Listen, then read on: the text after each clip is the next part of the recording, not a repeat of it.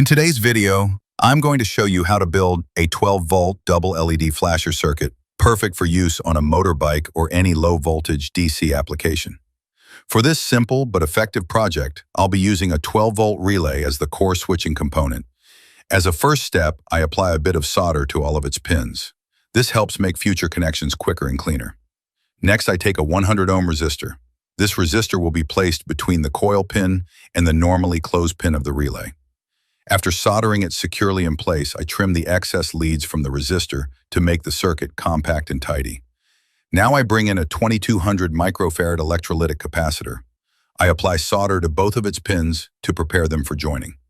Then I solder both pins of the capacitor across the relay coil, one pin to each side of the relay coil terminals. This capacitor will control the delay and timing of the relay switching, enabling the blinking effect. I now take two 12-volt LEDs. I begin by soldering the positive pin of the first LED to the normally closed pin of the relay. Then I solder the positive pin of the second LED to the normally open pin of the relay.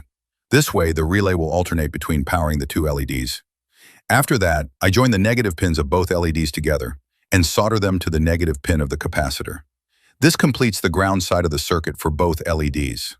Now I connect the positive wire from a 12-volt battery to the common pole pin of the relay, which acts as the switching terminal.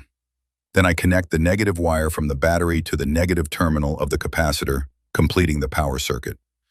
Now it's time to test the LED flasher. As soon as I connect the battery, the circuit comes to life. The relay begins switching between the two LEDs, causing them to flash alternately.